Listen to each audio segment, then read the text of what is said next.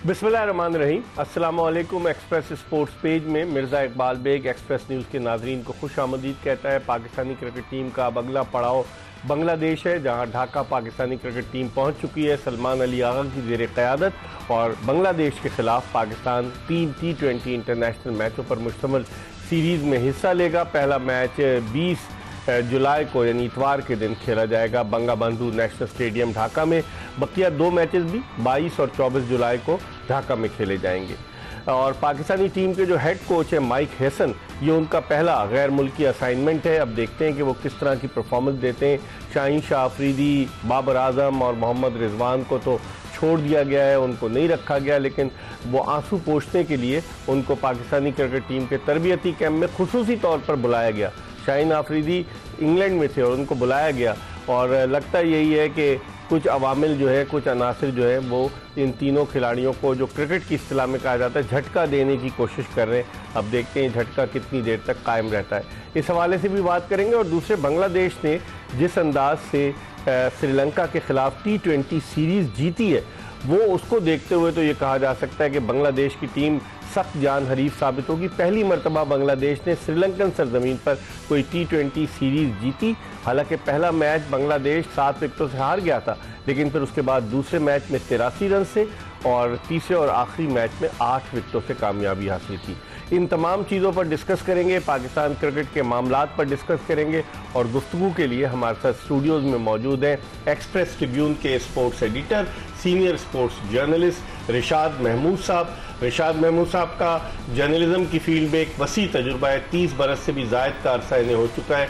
मुख्तलिफ जगहों पर काम कर चुके हैं, गैर मुल्की अखबार के लिए भी काम कर चुके हैं, और क्रिकेट के हवाले से रिशाद महमूद साहब जो अपनी राय का इजहार करते हैं तो उसे बड़ी कद्र की निगाह से देखा जाता है। हम इनसे गुफ्तगू करेंगे, लेकिन इससे पहले कि हम रिशाद महमूद साहब से गुफ्तगू के सिलसिले का आगाज़ करें, स्पोर्ट्स जर्नलिस्ट, एक्सप्रेस ट्रिब्यून के स्पोर्ट्स एडिटर रिशाद महमूद साहब से।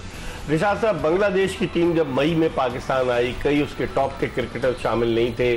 पाकिस्तान ने पहला मैच 37 रन से, दूसरा 54 रन से, तीसरा 7 विकेटों से जीता, बिल्कुल क्लीन वाइट वॉश किया। लेकिन अब आप क्या समझते हैं, उसने श्रीलंका के खिलाफ सीरीज भी जीती है बांग्लादेश ने श्रीलंका में। अब आप समझते हैं कि इस मरतबा उनके प्लेयर्स भी पुराने आ गए हैं, मुस्तफिजुर रहमान, तस्कीन अहमद, तौहीद हिरदौई, काफ़ी मजबूत टीम है। कैसे देखते हैं आप इस सीरीज को?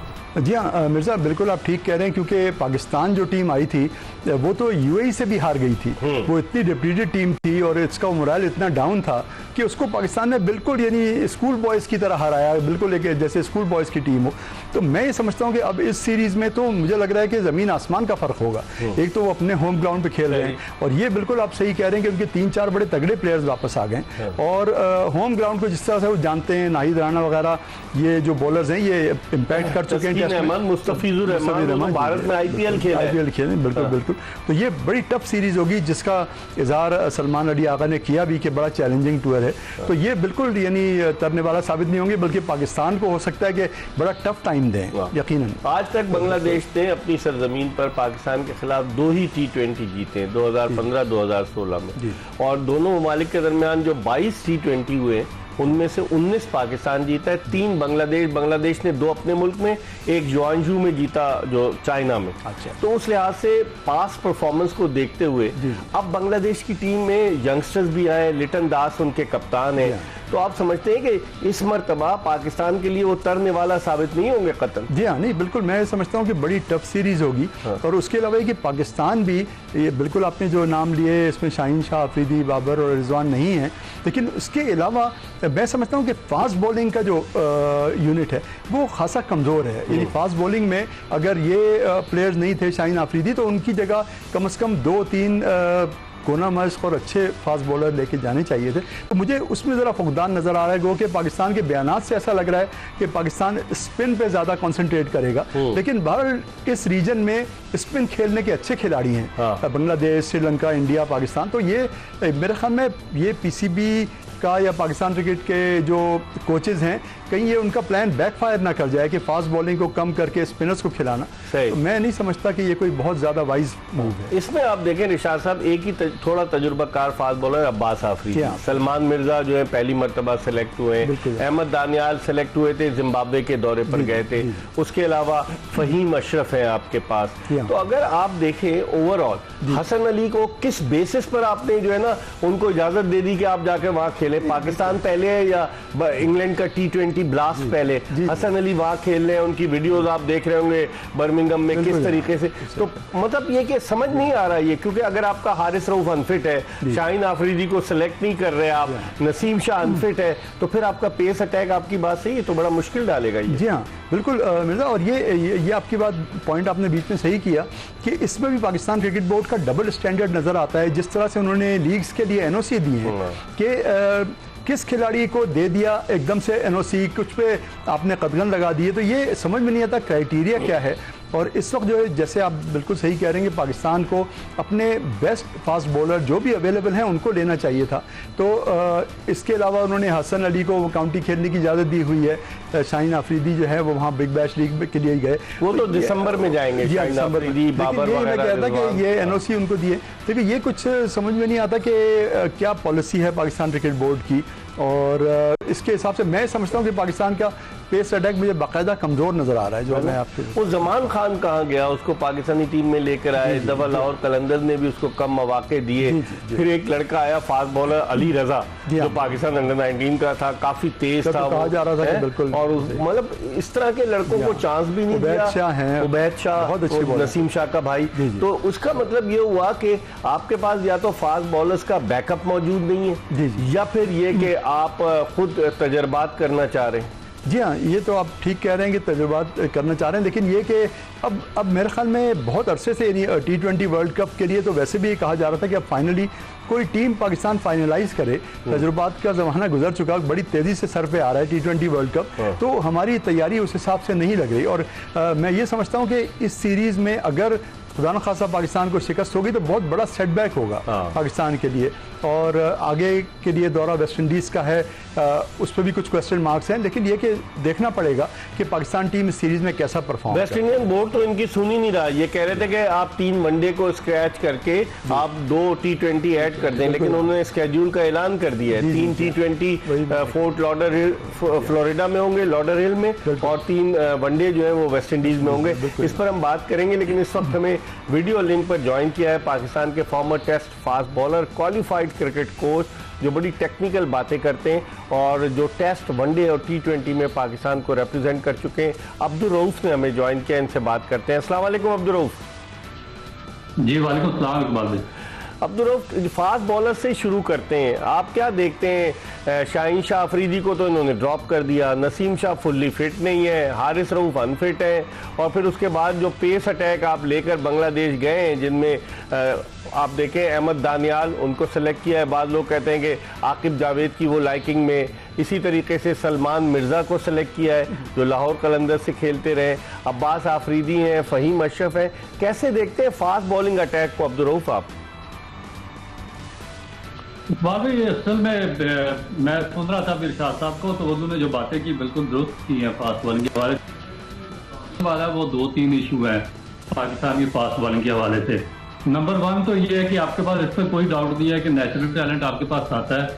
आपके पास पिछले 5 साल में कोई 14 या 15 बॉलर ऐसे थे जिनकी 140 प्लस पेस थी, मगर with the passage of the time वो डेवलप नहीं हुई और पाकिस्तान क्रिकेट ने उनको डिस्कार्ड कर दिया, क्योंकि जो आपका कोचिंग मैनुअल था, जो आपका कोचिंग टैंक था और जो आपका सिस्टम था कोचिंग का, वो इलिटरेट लोगों पे मुश्किल था और उन्होंने उनको बिल्कुल तबाह कर दिया।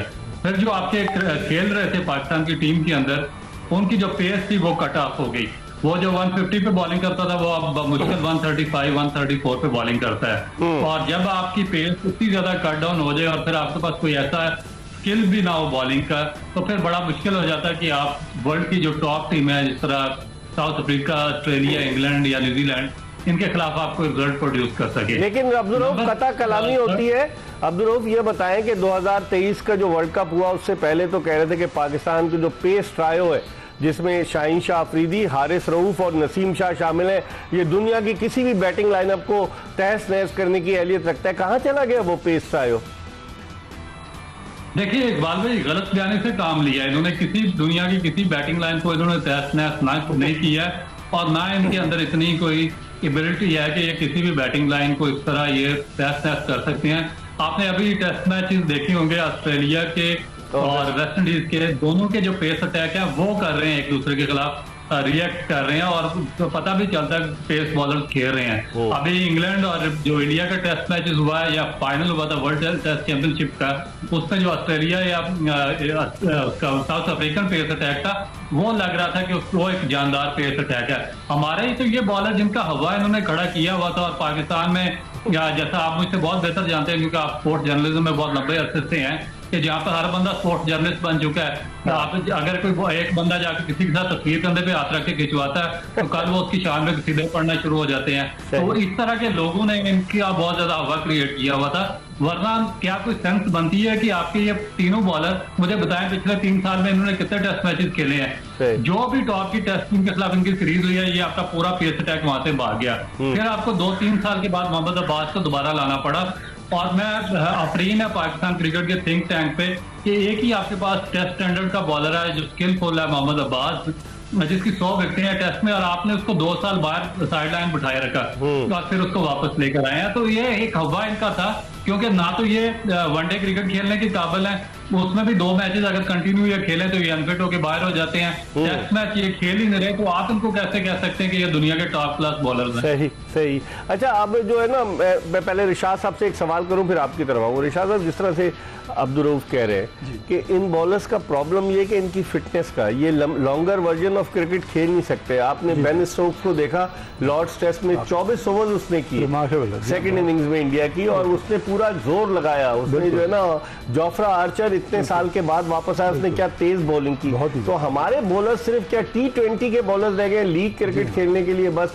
4 ओवर करो और 16 ओवर फील्डिंग करो और चले जाओ? नहीं बिल्कुल, और मिर्जा ये तो क्लियरली फिटनेस का फुकदान है। यानी ये कि नसीम शाह जिनको एक जमाने में कहा जाता था इतने यंग हैं वो, इतने वो हैं, उनकी फिटनेस की प्रॉब्लम्स बहुत शुरू हो गई कई सीरीज में आने लग गए ना, दरअसल वो इश्तिहार में आने लग गए और वो एकदम से लोअर लीग से कहां चले गए, उन्होंने कहा चलो। बिल्कुल सही कह रहे हैं और अब्दुल रऊफ ने इस तरह बिल्कुल सही बात की कि जब भी कोई कांटे की टेस्ट सीरीज आती है कोई ना कोई बहाना करके, हारिस रऊफ ने तो साफ कह दिया कि मैं खेलूंगा नहीं टेस्ट मैचेस, एक ही टेस्ट खेले वो अपने कैरियर में। बिल्कुल, लेकिन ये कि शाहीन अफरीदी और नसीम शाह का भी इतना बिलो पार रिस्पॉन्स है, परफॉर्मेंस है, तो ये समझ में नहीं आता कि एक ज़माने में तो वो ज़माना कहाँ चला गया जिस ज़माने में माइकल होल्डिंग और उन लोगों ने कहा था कि पाकिस्तान जो है फास्ट बॉलर्स का देश है और इतने फास्ट बॉलर्स यहाँ पैदा होते, लेकिन वो ऐसा नहीं लग रहा कि कोई मयारी फास्ट बॉलर आ रहे हैं। लेकिन अब्दुल रऊफ, जिस तरह रिशाद महमूद साहब कह रहे हैं कि मयारी फास्ट बॉलर्स नहीं आ रहे, अभी आपने PSL में देखे होंगे जमान खान कहाँ चले गए, उनको आप लोग खिलाते थे, वो तो खैर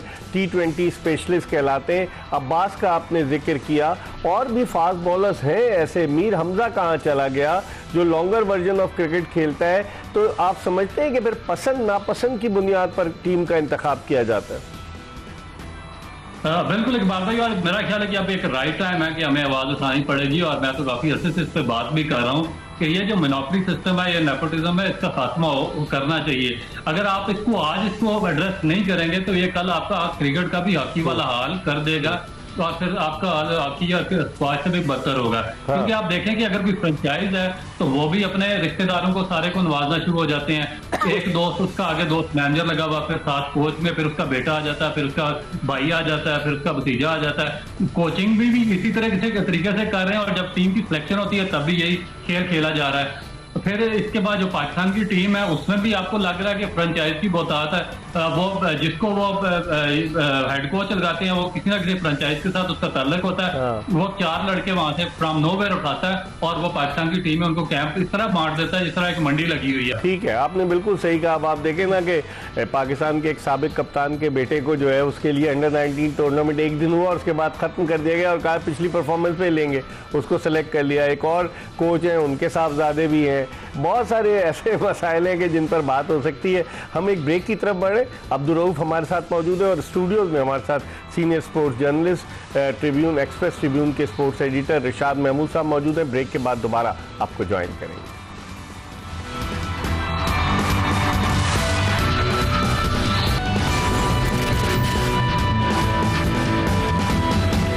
ब्रेक के बाद एक मरतबा फिर senior sports journalist Rishad Mahmood और पाकिस्तान के former test fast bowler qualified coach Abdul Rauf के साथ शो में आपको खुशामदीद कहते हैं। और ब्रेक पर जाने से कबल जिस तरह से अब्दुल रऊफ बात कर रहे थे कि नेपोटिज्म, फेवरेटिज्म होता है, खिलाड़ियों के बेटे, रिश्तेदार सारे आ जाते हैं। रिशाद साहब, अगर हम रिकॉर्ड पर नज़र डालें, गुज़िश्ता 2-3 बरस में पाकिस्तान ने सबसे ज़्यादा 38 खिलाड़ियों को T20 में आजमाया है। आप अंदाजा लगाएं, 38 खिलाड़ियों को एक टीम आकिब जावेद ने जिम्बाब्वे भेज दी थी।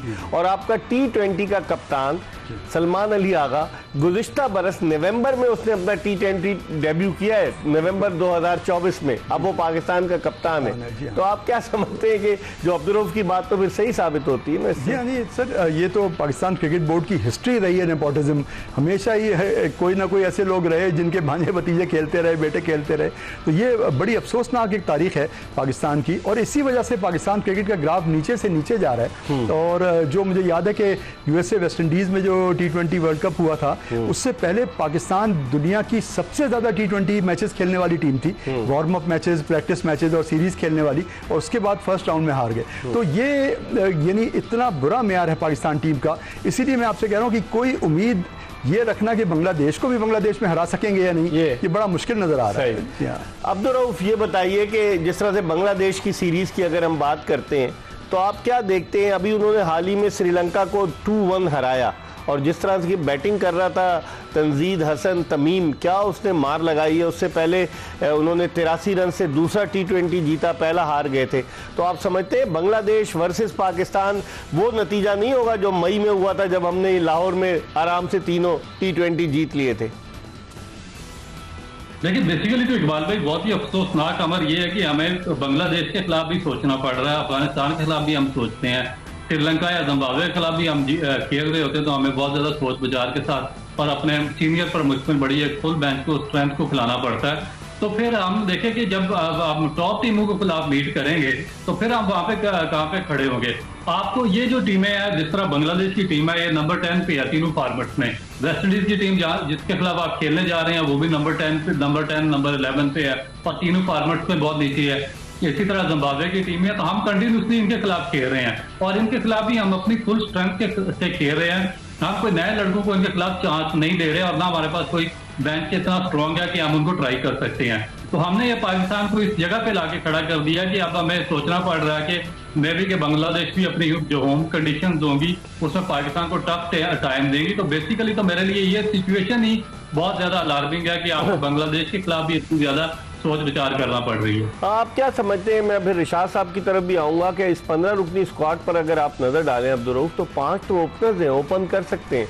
फखर जमान, साइम अयूब, साहबजादा फरहान, हसन नवाज और एक और ओपनर, 5 ओपनर्स इस टीम में आपने सेलेक्ट किए हुए हैं। मोहम्मद हारिस वो भी इनिंग्स ओपन करते थे। तो आप समझते हैं फिर मिडिल ऑर्डर कमजोर नजर नहीं आ रहा आपको इस टीम का?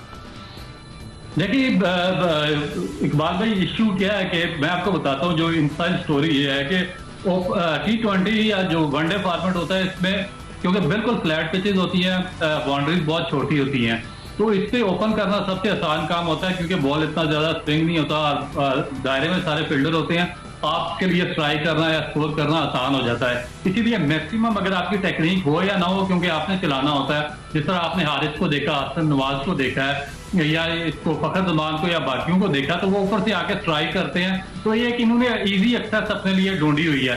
आपने देखा with the passage of the time, Babar Azam और रिजवान को भी अपने आप को बिल्ड करने की बजाय उन्होंने भी अपने आप को ओपन स्लॉट के लिए कंफर्म करवा लिया था। हाँ। तो ये असल चीजें आप देखें कि जो क्रिकेट बोर्ड स्ट्रांग होते हैं, जिनमें फंक्शन मजबूत होते हैं, जिनका डेवलपमेंट का वर्क स्ट्रांग होता है, जिनका फर्स्ट क्लास स्ट्रक्चर बहुत स्ट्रांग होता है, हमेशा उनकी मिडिल ऑर्डर और लोअर मिडिल ऑर्डर बहुत ज्यादा तगड़ी और स्ट्रांग होती है, जो कि असल में किसी भी टीम को मैचेस जितवाते हैं। तो ये क्वेश्चन मार्क है आपके पूरे सिस्टम के ऊपर कि आप 5-5 ओपनर भर्ती कर लेते हैं, और उसके बाद आप पिछले मैं 10 साल से देख रहा हूँ और कि आप मिडिल ऑर्डर और लोअर मिडिल ऑर्डर की वजह से आपकी जो हार की जो तनासब है वो 90% आप मैचेस आपके मिडिल ऑर्डर या लोअर मिडिल ऑर्डर की वजह से आते हैं और उसके बावजूद आपने उसको स्ट्रेंथन नहीं किया बल्कि आपने फिर 5 ओपनर भर्ती कर ली है। तो ये अगर एक विजन वाला क्रिकेट बोर्ड हो जिसके अंदर कोई सोच हो, कोई थिंक टैंक हो, तो वो इन चीजों को वो कवर अप करने की कोशिश करता है जो आपकी बेसिकली जो आपके पार्ट्स हैं। सही। रिशाद साहब, जिस तरह अब्दुल रऊफ कह रहे हैं विजन वाला, क्या वजह है? कोई चीफ सेलेक्टर ही नहीं है आपके पास? चीफ आकिब जावेद को कहते हैं गैर एलानिया, वहाब रियाज गैर एलानिया, कोई चीफ सेलेक्टर नहीं बनाते कि अकाउंटेबिलिटी भी हो। फिर सिलेक्शन कमेटी में आपके पास असद शफीक है, वो इतने मुतहरिक नजर नहीं आते, फिर तनख्वाह ले रहे हैं वो। इसी तरीके से सिलेक्शन कमेटी में अजहर अली है जिन्हें जूनियर्स की डेवलपमेंट का काम भी दे दिया गया है। अलीम डार हैं जिनसे अंपायरिंग का काम लेना था, उन्हें सिलेक्शन कमेटी में डाल दिया। आकिब जावेद ने, कोई आपके पास चीफ सेलेक्टर क्यों नहीं होता जो अकाउंटेबिलिटी हो के वो जवाब दे? फिर टीम का ऐलान भी तो आपको पता है सीईओ कर देते हैं। तो क्या कहेंगे सवाल? जी हाँ, अच्छा मिर्जा, बिल्कुल आप ठीक कह रहे हैं। ये आपको याद होगा कि बीच में तो तकरीबन बड़ा लंबा अरसा 7-8 साल का ऐसा आया था कि टीम जो है वो ईमेल के ज़रिए अनाउंस कर दी जाती थी और व्हाट्सएप पे अनाउंस कर दी जाती थी और सेलेक्टर्स जो थे वो फेस भी नहीं करते थे मीडिया को। तो इस दफ़ा भी जिन 2 अशखास ने टीम अनाउंस की उनके बारे में तो पूरा सोशल मीडिया भरा हुआ है। वो पूछ रहे हैं कि ये कौन हजरात हैं और ये टीम अनाउंस कर रहे हैं, तो ये कोई सवालात के भी जवाब नहीं दे पा रहे। शेड्यूल बता रहे थे 20, 22 और 24 जो पढ़ चुके थे, वो बता रहे थे सलमान आगा कप्तान होंगे, सबको पता था, सबको पता था। जी हाँ, तो वही मैंने कहा कि यानी अब ये हाल हो गया है कि ये लोग जो हैं वो टीम अनाउंस कर रहे हैं और कोई सेलेक्टर और कोई जवाबदेह हो, जो जानता हो, जिसकी नॉलेज हो क्रिकेट की, वो सामने नहीं आना चाह रहे। तो ये बड़ी नागुफ्तगू सूरत हाल है। इस पर हम मजीद बात करेंगे। हम एक ब्रेक की तरफ बढ़े। रिशाद महमूद साहब हमारे साथ स्टूडियो में मौजूद हैं। जब वापस आएंगे तो अब्दुल रऊफ से चंद सवालात करेंगे। कहीं जाएगा नहीं, हमारा इंतजार कीजिएगा।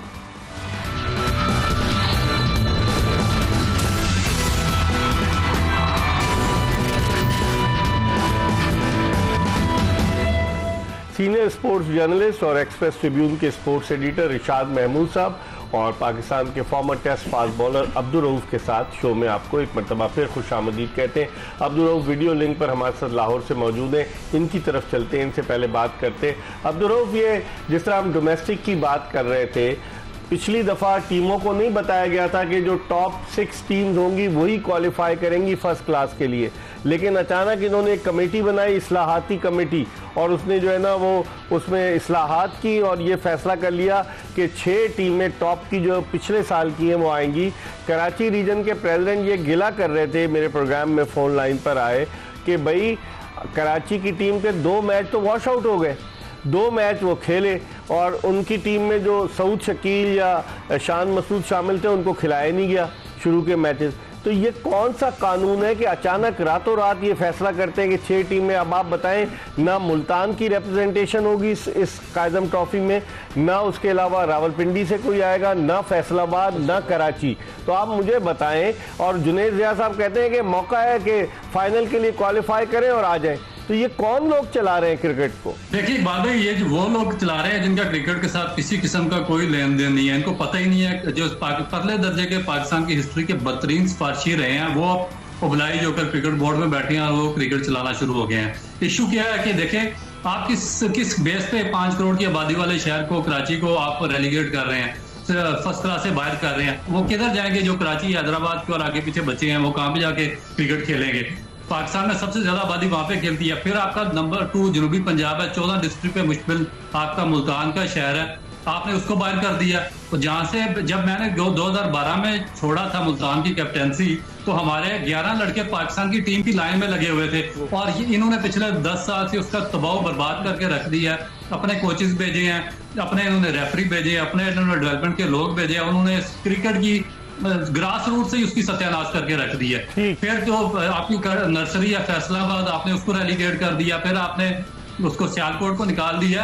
आप करना क्या चाह रहे हैं? मतलब कि आपका मैनिफेस्टो क्या है? आप तो कहते हैं क्रिकेट सबके लिए, तो 90% तो आपने पाकिस्तान की आबादी को बिल्कुल साइड लाइन कर दिया। फिर जो कोयटा है, क्योंकि मैं खुद कोयटा में काम करता रहा हूँ, मैं इसी पे आ रहा था अब्दुल रऊफ, मैं इसी पे आ रहा था, इसी तरफ आ रहा था। ये बताइए कि क्या सिर्फ पंजाब और केपीके में क्रिकेट होती है? अब सिंध से नहीं वो टीमें फर्स्ट क्लास की कोई टीम नहीं है, इसी तरीके से बलूचिस्तान से फर्स्ट क्लास की कोई टीम नहीं है, तो क्रिकेट महदूद नहीं की जा रही, आप समझते हैं? इकबाल भाई महदूद नहीं है, बिल्कुल उनके जो फंडामेंटल राइट्स हैं उनको उनकी वायलेशन कर रहे हैं ये जो लोगों के या बच्चों के राइट्स हैं। मेरे ख्याल के मुताबिक तो उनको कानूनी रास्ता इख्तियार करना पड़ेगा, क्योंकि मैं इनका ये बिल्कुल झूठ बोल रहे हैं पाकिस्तान क्रिकेट बोर्ड के जो रिप्रेजेंटेटिव हैं, ये मुझे इख्तियार दें, मैं आपको चैलेंज करता हूँ टीवी के ऊपर, मुझे कोयटा की टीम बनाने दें, बलूचिस्तान की, मुझे आजाद कश्मीर की टीम बनाने दें, मुझे कराची की टीम बनाने दें और मुझे फैसलाबाद और सियालकोट की टीम बनाने दें। और जिन टीमों को ये फर्स्ट क्लास खिला रहे हैं, ये जो गवर्निंग बोर्ड में इनके लोग बैठे हुए हैं ना, जिन्होंने अपनी अपनी टीमों को लेकर फर्स्ट क्लास में आके उनको सर्वाइव करा रहे हैं, उनके साथ मुझे 5 मैचेस की सीरीज की सबके साथ खेलने दें। अगर वो मुझसे एक मैच भी जीते हैं, मैं क्रिकेट पे बात भी करना छोड़ दूंगा। मसला ये है कि अंदर आपके बेईमानी आपकी नस नस में भर चुकी हुई है। आप डेवलपमेंट की बजाय आप अपने जो आपके मकासद है, हिडन मोटिव्स हैं, वो आप हासिल करना चाह रहे हैं। और उसमें ये कैसे हो सकता है कि गवर्निंग बोर्ड में जो लोग हमेशा आते हैं, पिछले 15-20 साल से मैं यही तमाशा देख रहा हूँ, जो लोग गवर्निंग बोर्ड में बैठे होते हैं उनकी टीम कैसे फर्स्ट क्लास में क्वालिफाई कर जाती है, क्योंकि मैच रेफरी आपका होता है, ग्राउंड्स आपके होते हैं, अंपायर्स आपके होते हैं, सारा सिस्टम आपके हाथ में होता है, सिलेक्शन आपके पास होती है, कोचेज आपने वहां पे भेजने होते हैं, तो आप अपनी मर्जी की टीम को क्वालिफाई करते हैं और जो आपकी फाइट भी होती है तो आप उसको रेलीगेट करवा देते हैं सिस्टम से। तो ये क्या मजाक बनाया हुआ, ये नॉन सीरियसनेस है। मैं आपको बार बार वार्न कर रहा हूँ, पाकिस्तान की कौम को कर रहा हूँ कि ये लोग पाकिस्तान क्रिकेट को बर्बादी की तरफ लेकर जा रहे हैं। बड़ा सही टाइम है पाकिस्तान क्रिकेट को, अगर आपने बचाना है स्पोर्ट्स को, तो इन लोगों को साइडलाइन करके पाकिस्तान क्रिकेट को दोबारा लोगों के हाथ में देना पड़ेगा। आप सही रिशाद साहब, जिस तरह अब्दुल रऊफ कह रहे हैं, अब भावलपुर ने कराची को हरा दिया, मैच उधर ही हुआ और भावलपुर रीजन की टीम जो है वो फर्स्ट क्लास के लिए क्वालिफाई कर गई है, कराची की टीम बाहर हो गई है। फैसलाबाद क्रिकेट में इतने ज़बरदस्त थे, एजाज फारूक साहब का वहाँ से मुझे फ़ोन आया कि ये क्या ज्यादती है फैसलाबाद क्रिकेट के साथ, लड़के दिए उन्होंने। फिर बलूचिस्तान के साथ हसीबुल्ला जो विकेट कीपर है, उसको पता नहीं क्यों नज़रअंदाज किया हुआ, मुख्तलिफ गाजी गौरी एक विकेट कीपर को ले आए, एक ख्वाजा नाफे से विकेट कीपिंग करा रहे, फिर रोहेल नज़ीर चले, वो गायब हो गया था, उसको लेकर आए हैं, फिर हारिस है। तो ये क्या हो रहा है, हसीबुल्ला के साथ ज्यादती नहीं हो रही आपको? सर बहुत ज्यादती हो रही है, बल्कि मैं जिस वक्त हसीबुल्ला खेल रहे थे उस वक्त तो पाकिस्तान के कई फॉर्मर क्रिकेटर्स ने भी कहा था कि बहुत ही टैलेंटेड प्लेयर है जो सामने आया, बड़ा डैशिंग, बड़ी जरी और बहादुर खिलाड़ी है, तो उसको इस तरह से साइड लाइन कर देना, जबकि उसका कसूर क्या, यानी जितनी दफ़ा चांस मिला बाज़ दफ़ा तो उसकी बारी नहीं आई, उसको रोलिंग स्टोन बनाया था, कभी नंबर 1, नंबर 3, 4, 5 नीचे तक, कोई एक उसका वो नहीं था, जानबूझ के होता है और उसको जी हाँ जानबूझ के होता है, बिल्कुल एक प्लेयर को दबा करना, कोई सिफारिशी उसकी जगह आ गया। लेकिन यही जैसे अब्दुल रऊफ कह रहे हैं कि मुझे भी याद नहीं कि पाकिस्तान की क्रिकेट की तारीख में कोई इतना बुरा वक्त आया हो कि जब हमें यानी बांग्लादेश से सोचना पड़ रहा है कि हारेंगे या जीतेंगे, तो ये तो बहुत ही ज्यादा है। अब्दुल रऊफ आप क्या कहेंगे हसीबुल्ला के हवाले से? देखिए इकबाल भाई, बेसिक चीज ये है कि अगर कोई छोटे इलाके से कोई प्लेयर आता है तो पाकिस्तान क्रिकेट बोर्ड की एज ए मदर ऑर्गेनाइजेशन इसकी रिस्पॉन्सिबिलिटी है तो उसको सबसे ज्यादा उसको राइट्स दिए जाए और उसको प्रमोट किया जाए। आपको पता नहीं है बलूचिस्तान में क्या हालात हैं, तो आपको मदद करनी चाहिए पाकिस्तानी कौम की, पाकिस्तानी नेशन की, और ऐसे प्लेयर्स को प्रमोट करना चाहिए जो परफॉर्म करके छोटे से इलाकों से आते हैं, ताकि वहाँ पे जो यंग जनरेशन है, जो यूथ है, उनको इंस्पायरेशन वहां से मिले, वो अपने हीरोज को फॉलो कर सके और उनके फुट स्टेप्स पर वो चल सके, वो स्पोर्ट की तरफ ज्यादा से ज्यादा बलूचिस्तान के जो यूथ है वो इन्वॉल्व होकर कौमी सलामती का हिस्सा बने और पाकिस्तान की जो तरक्की या खुशहाली है उसके सफर में वो पाकिस्तान का साथ दे सकें। तो अब ये गवर्नमेंट को सोचना पड़ेगा कि ये क्या चीज है कि वो शरीफ आदमी वहां से आया, परफॉर्म भी करता रहा 3-4 साल से, करेक्टर का भी बहुत अच्छा है मैं, और उसके खिलाफ 3-4 लोगों ने साजिश करके उसको सिस्टम से आउट कर दिया। तो ये एक मेरा ख्याल है कि एक सीरियस चीज है जिसको क्रिकेट बोर्ड के चेयरमैन को भी और गवर्नमेंट को भी उसका नोटिस लेना पड़ चाहिए। चले, बहुत बहुत शुक्रिया अब्दुल रऊफ, आपने हमें वक्त दिया। वीडियो लिंक पर हमारे साथ मौजूद थे पाकिस्तान के former test fast bowler, qualified coach Abdul Rauf. Studios में हमारे साथ मौजूद है एक्सप्रेस ट्रिब्यून के स्पोर्ट्स एडिटर रिशाद महमूद साहब। हम प्रोग्राम के आखिरी ब्रेक की तरफ बढ़ रहे हैं। जब ब्रेक के बाद आएंगे तो रिशाद महमूद साहब से पूछेंगे कि अब पाकिस्तान क्रिकेट को वो कहाँ देखते हैं, क्योंकि ICC का जो इजलास हो रहा है उस इजलास में पाकिस्तान की नुमाइंदगी चीफ ऑपरेटिंग ऑफिसर कर रहे हैं, फिर PSL के मामलात भी चल रहे हैं, इस पर बात करेंगे। एक ब्रेक के बाद हमारा इंतज़ार कीजिएगा।